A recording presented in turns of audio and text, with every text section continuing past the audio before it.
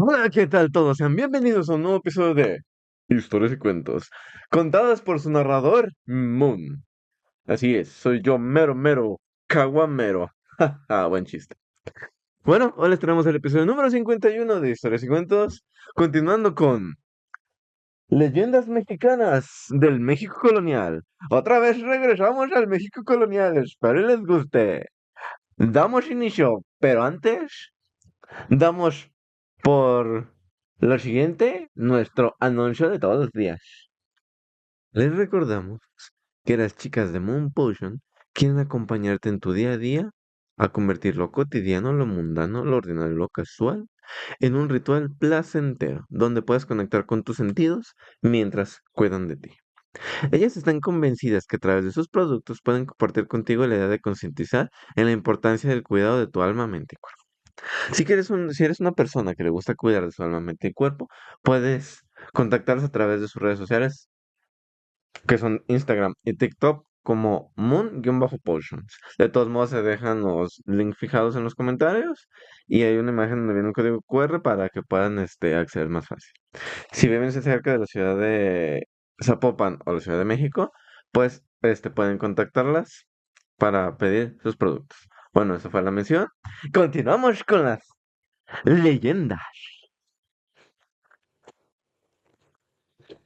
El Callejón del Muerto.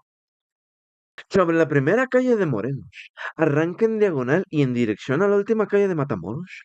Un callejón tortuoso y estrecho, solitario y lúgubre, que también atrás fue escenario de un misterioso asesinato y a la vez de un espeluznante suceso registrado, momentos después de cometido ese crimen.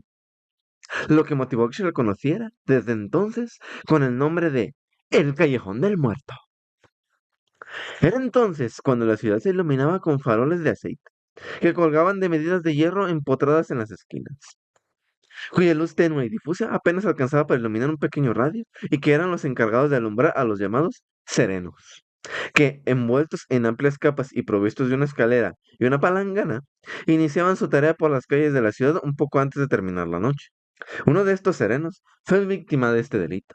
Y si mal no me equivoco, los serenos en los que iban pasando por la noche pregonando las 8 y sereno, o más noche, la 1 y sereno, para anunciar la hora. Aquella noche flotaba en el aire una atmósfera pesada y densa. La quietud nocturna de la ciudad era interrumpida de vez en cuando por las rítmicas pisadas de los serenos, que hacían la ronda, arrancando secas resonancias en las aceras embaldosadas. Al sonar la última campanada de las 12 del viejo reloj de la catedral, se oyó el grito de alerta de un sereno. Y como tambaleándose, al filo de la noche, rodaban las voces lejanas y apagadas de los otros serenos, anunciando, según la costumbre, la hora y el tiempo a los vecinos de la ciudad, entregados al sueño. Desgarrando las impalpables extrañas del silencio, desde aquel solitario callejón llegó un agudo y prolongado ¡ay! Agudo y prolongado. Un desgarrador grito de agonía que respondió el siniestro aullido de los perros de las afueras. Un aullido doloroso y lúgubre que delataba el sigiloso paso de la muerte. Luego el silencio volvió a cubrir, como un sudario invisible, las densas sombras de la noche. Por el torcido callejón del 2 de abril, la silueta de un hombre descendía a paso apresurado, con un farol de mano bailando en su mano derecha. Era como una sombra que movía y avanzaba rápidamente, como si tuviera alas en los pies. Parecía que no caminaba, sino que se deslizaba por el suelo, silenciosamente, sin el menor rumor que delatara sus pasos. Al llegar a las viejas calles del Marquesano, hoy División de Oriente, giró a la derecha hacia la iglesia de ese barrio y llamó a la puerta de la parroquia con fuertes e insistentes golpes, instando la presencia del párroco. Tras un rato de fuertes y repentinos golpes, el sacerdote apareció en el umbral. Vamos, hijo, pasa, pasa. ¿Cómo? ¿Y no se te ocurrió recurrir a la ayuda del cura de la Soledad o de San José? No, padre. El moribundo quiere que su piedad sea la que escuche su confesión. Bueno, hijo, tendrá sus razones. Aunque el estrecho es largo y la noche es oscura como la boca de un lobo. Vamos, luz y guía. En medio del callejón, tumbado boca arriba, yacía el hombre sereno, moribundo, mostrando una tremenda puñalada en medio del pecho. Era una puñalada magistral. Ahí está, padre.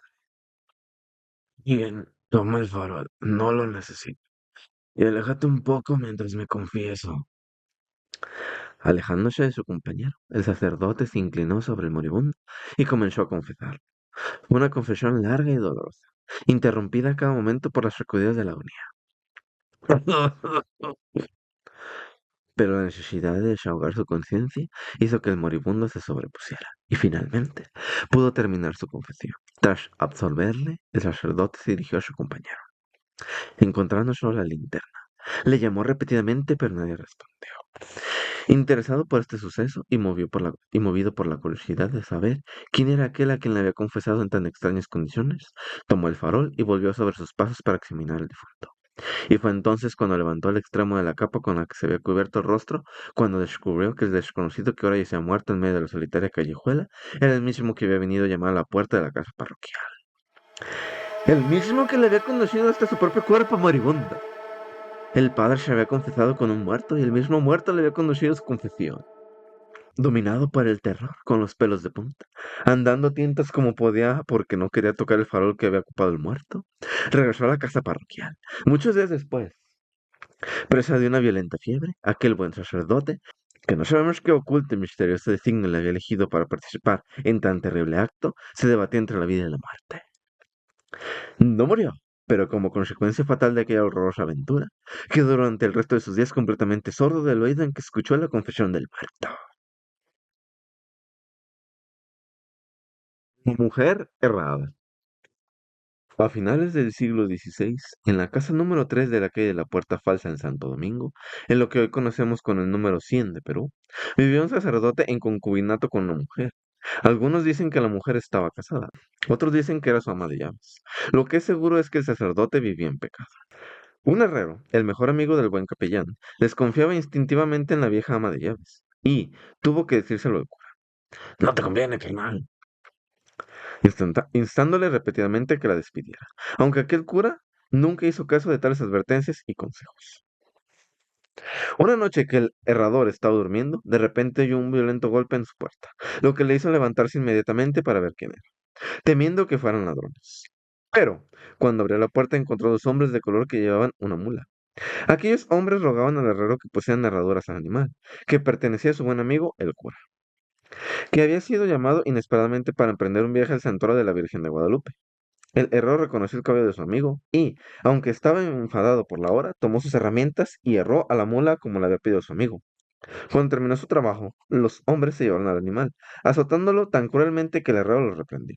Intrigado e inquieto, el herrero pasó la noche y muy temprano la mañana siguiente se dirigió a la casa de su buen amigo, el cura. Durante mucho tiempo estuvo llamando a la puerta de la casa, sin obtener respuesta, hasta que el capellán se acercó a dejarla entrar con los ojos adormecidos. Señal inequívoca de que acababa de salir de su cama en ese momento. Cuando el herrero le contó lo que había sucedido aquella noche, le dijo que no había hecho ningún viaje, ni había dado la orden de herrar a la mula. Entonces, bien despierto, el buen capellán se rió a carcajadas de la broma de que había sido objeto del herrero. Ambos amigos se dirigieron a la habitación de la ama de llaves, por si estaba al tanto de lo ocurrido.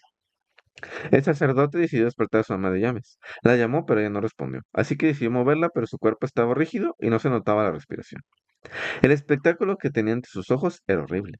Sobre la carne ensangrentada yacía el cadáver de la vieja ama de llaves, que llevaba clavadas en los pies y manos las herraduras que el herrero había puesto la noche anterior. Y lo sabía porque tenía número de identificación y código. Los aterrorizados amigos coincidieron en que la desdichada mujer había cometido un gran pecado y que los demonios, tomando la apariencia de indios, la habían convertido en una mula para castigarla. Rápidamente avisaron al cura de la parroquia de Santa Catarina, el doctor don Francisco Antonio Ortiz, y lo llevaron a la casa junto con otro sacerdote y un religioso carmelita que también había sido llamado. Examinaron a la difunda y constataron los golpes que había recibido de los demonios cuando la llevaron a calzar. Todos los testigos se pusieron de acuerdo que cavaron una fosa en el patio de la casa y enterrar a la mujer para que su muerte permaneciera en secreto entre los presentes. Aún así, el mismo día que terminó el entierro, el sacerdote, lleno de miedo, abandonó su casa de Santo Domingo, huyendo de su antigua vida sin que nadie volviera a saber de él. Se dice que, arrepentido de su pecado, el sacerdote ingresó en la compañía de Jesús, compensando con sus actos sus acciones pasadas. Lo habían castigado también. Otros cuentan que, atormentado por lo ocurrido, el sacerdote no pudo aguantar más y se ahorcó, por lo que nunca más supo de él. Lo habían castigado. Lo que sí es un hecho es que uno de los presentes contó una fábula de lo sucedido, y desde entonces la gente empezó a llamar a la calle de la Puerta Falsa de Santo Domingo la calle de la mujer errada. Desde entonces, suena el alma de aquella mujer maldita que no puede descansar en paz y convertida en un ser horrible. Mitad mula y mitad mujer.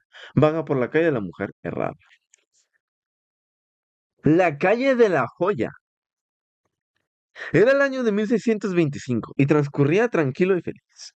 México respiraba de los trastornos sufridos un año antes por el conflicto entre el príncipe de la iglesia, el doctor Juan Pérez de la Serna, arzobispo de México, y el representante del rey de España, Diego Carrillo Mendoza y Pimentel, marqués de Gelbes, o Gelbes, no sé cómo se dice. En una de las calles de esta ciudad, cuyo nombre se ha perdido en el tiempo y la tradición, y en la casa señorial que es esquina con la calle de los Mesones, vivía un rico comerciante español llamado don Alonso Fernández de Bobadilla. Hombre de pocas palabras, muy formal en su trato, franco, alto, bien formado, de ojos negros, cejas pobladas, voz algo oscura y rápida, imperizo y bien timbrado. Guapo en pocas palabras. Estaba casado con una dama que entonces era de las más importantes, por su gracia, su belleza y su riqueza. Era hija del conde de Torreleal, y brillaba en el cielo del virreinato como cirio en el cielo tropical en una noche llena de estrellas. Su cuerpo tenía el grácil crescenso de la palmera de Cádiz. Su pequeña boca, de sonrisa fácil y algo traviesa, dejaba ver dos hileras de perlas. En sus ojos ardientes brillaba el ímpetu de un espíritu fogoso, no contenido ni corregido, a tiempo para las enseñanzas moderadoras de la piedad, tan comunes en aquellos tiempos. Impaciente, precipitada y arrogante, era la tirana de sus domésticos, a los que hacía sentir con rigor el peso de su riqueza y superioridad social. Esa pareja vivía feliz, porque el mundo juzga falsamente que la riqueza y el lujo son la base de la felicidad, pero en el fondo esa felicidad no existía. El señor Fernández de Bobadilla amaba a su esposa y le tenía una delicada consideración, sin darle a conocer los enérgicos rasgos de su decidido carácter, pero ella no sabía apreciarlo ni comprender. Esta razón fue formando poco a poco un abismo entre ellos y sus corazones. En ella, la frialdad, el injusto desdén, el mal humor visible en presencia de su marido, el afán de divertirse y de parecer bien a los demás, en él, un sentimiento taciturno y doloroso, casi nunca expresado sino por miedo del retraimiento y del silencio. Qué triste es un hogar donde no reina ni la paz ni el amor. Esta era la casa de los Fernández de Bobadilla en la época a la que se refiere la historia. Era el 23 de enero de 1625. 400 años antes de esta fecha. No va a salir de esta fecha, pero por ahí. Una de esas tardes lúgubres y sombrías en las que las nubes roban a los campos la alegría del sol. Una de esas tardes en las que un cielo plomizo parece oprimir las almas delicadas y sentimentales. Don Alonso estaba en el primer piso de su habitación, donde tenía un despacho, sentado en un cómodo sillón, contemplando con melancolía las espirales de humo de su cigarro. ¿Qué meditaba en su interior? Pensaba en el desamor de su mujer y le dolía el alma. De repente, un trozo de papel cayó por el espacio que dejaba una ventana abierta hacia la calle. Naturalmente, don Alonso se levantó para recogerlo y satisfacer la curiosidad que le despertaba la introducción de un papel hecho de esa manera. Al abrir el papel, un temblor involuntario recorrió sus nervios. Al leerlo, su frente se nubló más que el cielo de aquella tarde. Sus labios se apretaron y contrajeron. Sus dedos apretaron el papel. Sus ojos relampaguearon. Aquel misterioso papel contenía la revelación de las relaciones criminales que la esposa de don Alonso, llamaba doña Isabel de la Garcia y Tobar, mantenía con el abogado don José Raúl de Lara. ¡Oh! ¡Impúdica! No es posible describir el dolor, la mixta furia con el que el caballero don Alonso recibió tan dura revelación. De pronto, quiso subir a la habitación de su mujer y, carta en mano, pistola en la otra, pedirle explicaciones. Entonces se le apareció la esposa, llena de belleza, inocente como había pretendido ser antes del matrimonio, y le pareció un crimen sospechar de ella. La amaba aún más. El dolor sirvió para aumentar el amor. Como un paño negro tendido detrás de una estatua de mármol, sirve para agrandar su figura y perfilar y realzar sus contornos. El hombre no sufría tanto en momentos semejantes. Si la consideración de lo efímero e insubsistente del amor humano fuera del antemural donde residen golpes como el que sufrió don Alonso, después de mil pensamientos e ideas, don Alonso decidió fingir y certificar la verdad de los hechos. Fingió un largo asunto que le entretuviera con el virrey hasta altas horas de la noche y se despidió de su mujer. Al anochecer, una de esas noches muy oscuras, húmedas y frías, don Alonso, bien escondido, abrigado, esperaba lejos de su casa a ver si alguien se acercaba. Pasó un largo tiempo de incertidumbre y espantosa angustia. Qué lento pasa el tiempo en las horas de dolor. Las calles estaban solitarias y el único sonido era el repiqueo de la lluvia sobre los tejados, las paredes y las calles. En un momento, los ojos atentos de don Alonso creyeron ver una figura en el fondo oscuro de las calles. Su corazón palpitó terriblemente y tuvo que contener sus latidos apretando su pecho con la mano derecha. No se había engañado. Un hombre se acercaba a la casa de don Alonso Fernández de Bobadilla con un paso lento y cuidadoso. Este hombre era el mismo licenciado don Raúl de Lara, fiscal del Tribunal de la Inquisición. Si don Alonso hubiera podido verlo a la luz del día, habría descubierto en él a un hombrecillo, a la vez desagradable y miserable, de mirada torcida, cuerpo encorvado y barba mala y erizada. Este era el hombre que le había robado su amor y su honor. La infidelidad nunca es excusable, pero más criminal fue en Isabel, cuando olvidó sus santos deberes de esposa, posponiendo el apuesto don Alonso a un hombre como Raúl de Lara. Cuando Raúl llegó a la esquina de la calle, uno de los balcones de la casa de doña Isabel se abrió y ella apareció. Una nube de sangre oscureció los ojos de Fernández, pero contuvo el impulso que le arrastraba a precipitarse sobre los de Lara. Momentos después, este entraba en la casa de su ofendido marido, y apenas había comenzado a poner un rico brazalete en el impuro brazo de doña Isabel, cuando unos pasos apresurados quisieron volver a dos criminales sus pálidos rostros. Entró en la habitación don Alonso, con los ojos inyectados, el rostro blanco y la barba temblorosa. Terrible momento para los tres, y para don Alonso, que, sin poder contener su furia y sus celos, se abalanzó sobre Lara gritando: ¡Muere ladrón de honores! ¡Muere infame seductor! Está bien gacho, no manches, por eso me cambió. Lara cayó atravesado por el acero de don Alonso. Cayó exhalando un doloroso y horrible gemido. ¡Oh! Mientras tanto, doña Isabel quiso huir, pero el miedo y el remordimiento le quitaron las fuerzas, y cayó de rodillas y exclamó con los ojos en alto y las manos clavadas: Perdón, perdón, esposo mío, perdóname. ¿Perdón?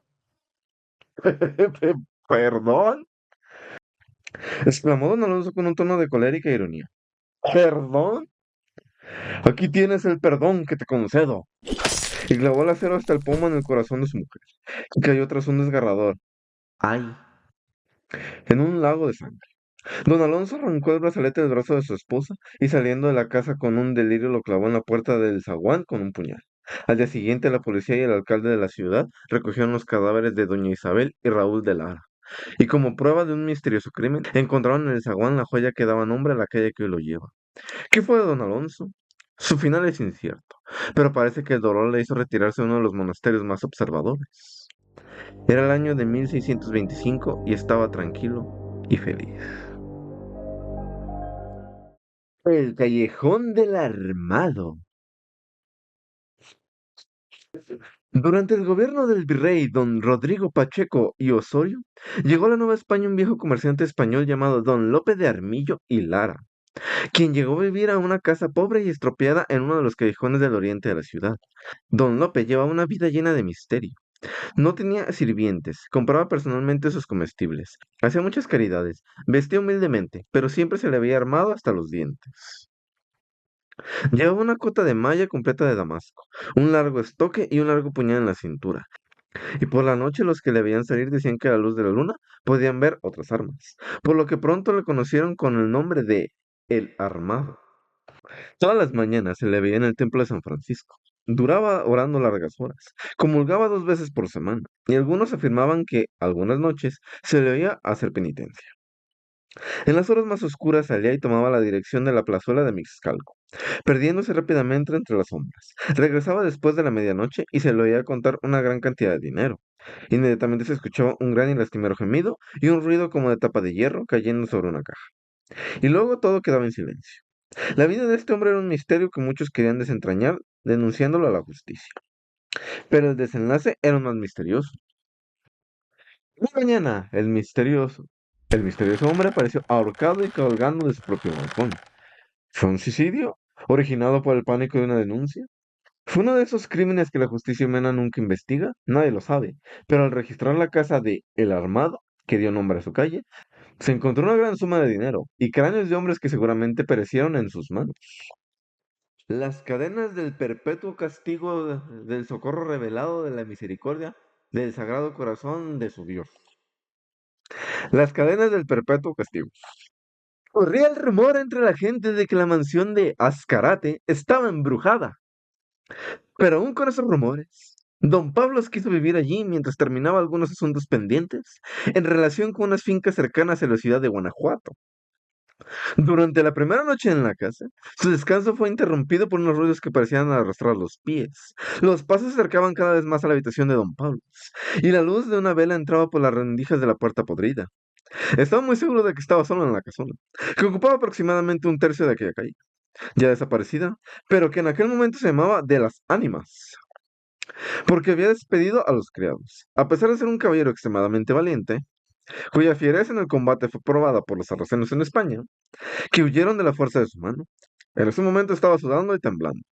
Poco a poco la luz se hizo más intensa y le pareció percibir un olor sulfuroso. Entonces, previendo que el peligro podía no ser de este mundo, echó temblorosamente el escapulario que llevaba bajo la camisa. Un fuerte golpe cayó sobre la puerta, lo que hizo que don Pablo se levantara de un salto de su cama. Una cadena. Es solo una cadena, dijo el caballero con la frente perlada de sudor por el miedo. Quieren derribar la puerta con cadenas, ¿verdad? No lo hagan. ¿Pero qué es ahora? ¿Qué es? Es como el arrastre de los grilletes. Un condenado ha venido a mi casa. Seguramente se ha escapado y ha huido de la Inquisición y quiere esconderse aquí. Haciendo acopio de valor, levantó su espada del suelo y fue con determinación a abrir la puerta y enfrentarse al intruso. A A perpetuidad perpetuidad llevarás llevarás estas estas cadenas por cadenas por tus tus pecados. pecados. Oyó gritar desde el otro lado una voz profunda y cavernosa. ¿Pecados? ¿Yo? ¡Ja! Sir Pablo no tiene pecado. Hasta ese día, don Pablo se creía totalmente libre de faltas que pudieran llevarle por el camino del infierno. Así que, indignado, contestó, no tengo deudas con la divinidad. Pues, lárgate de aquí, que te has equivocado de casa. Tú, quien quiera que seas. ¡Óchale! Es Es por tu por tu mala mala conciencia, conciencia, don don Pablos, Pablo, que me que me presento presento ante ante ti. ti. La La Inquisición me Inquisición me puso puso estos estos grilletes sin grilletes sin razón razón y me y me hizo hizo morir con morir con ellos, ellos, atado a una atado a una pared pared húmeda y húmeda y demente. demente. El El diablo me ha diablo me ha llevado a las llevado a las llamas de llamas los de los condenados, condenados, pero ha pero hecho ha una hecho una excepción excepción conmigo. conmigo. Sabiendo que Sabiendo los que los inquisidores me inquisidores han me han condenado condenado injustamente a la injustamente a la verga, verga, tus tus faltas han faltas han sido sido graves, graves, pero tu pero tu memoria memoria las ha las ha enterrado. enterrado. Entonces empezaron a proyectarse en la pared imágenes y escenas de la infancia de este noble, que cometió crímenes atroces contra la servidumbre y los esclavos negros. Nunca se había dado cuenta de que también eran hijos de Dios. Eternamente Eternamente llevarás llevarás estas estas cadenas por cadenas un por un estadio de estadio de oscuridad. oscuridad. Santifícate, Santifícate, don don Pablo Pablo Herrero, Herrero, porque será porque la será la última última vez que vez que puedas puedes levantar levantar las las manos a la manos a la frente. frente. El cadáver fue encontrado al día siguiente, magullado con una expresión de terror que detenía el corazón, y se informó a las autoridades de fuertes ruidos de cadenas en el interior de la casa de Azcarate. Los grilletes estaban fuertemente sujetos a sus pies, aunque sin pernos, como si hubieran sido soldados al hueso. No hubo forma de quitárselos y fue enterrado con ellos y aparte de las cadenas. No hubo forma de quitárselos y fue enterrado con ellos y parte de las cadenas. En los días siguientes al entierro del infortunado don Pablo Herrero, los vecinos del cementerio, así como los que vivían en las inmediaciones de la antigua casa de Azcarate, juraban y perjuraban que oían el arrastre de las cadenas, y los más asustados decían ver una figura alta y vestida de harapos que gemía. Rezaba y llevaba pesadas cadenas, que de vez en cuando, al parecer levantadas por un ser invisible, eran levantadas y azotadas sin piedad. Bueno, y con esto terminamos el episodio número 51 de Historias y Cuentos. No se les olvide que nos pueden seguir en YouTube, Spotify y Amazon Music como Historias y Cuentos narrados por Moon. Nos pueden encontrar en YouTube Music por el mismo nombre, Historias y Cuentos narrados por Moon o por Leyendas de Jalisco. También nos pueden seguir en TikTok e Instagram como East y Cuen Moon 66, todo junto y sin espacios. Bueno, de antemano les agradezco por haber escuchado el episodio de hoy. Nos vemos en el siguiente episodio, espero les haya gustado y si les gustó, nos ayudarían mucho al compartirlo y darle like. Bueno, como ya no falta mucho para que terminemos este libro, se les va a dejar una encuesta en la que voy a poner unos incisos y ustedes votarán por cuál es la siguiente libro, siguientes historias que les gustaría escuchar. Espero nos puedan apoyar con eso. Se van a dejar en YouTube y voy a ver si los puedo dejar en Spotify. Y se va a dejar otra encuesta para ver si les gustaría que hiciera un episodio especial de las fechas célebres como el origen de las fechas que se celebran en el mes de febrero. Y si ustedes tienen algún otro que gusten poner, adelante y vemos cuál gana. Entonces, esperemos que puedan participar y participen más bien y esperamos sus respuestas. De antemano, yo soy Moon, muchas gracias por habernos escuchado hasta este punto y nos vemos en el siguiente episodio. Hasta la próxima. Que tengan un excelente día.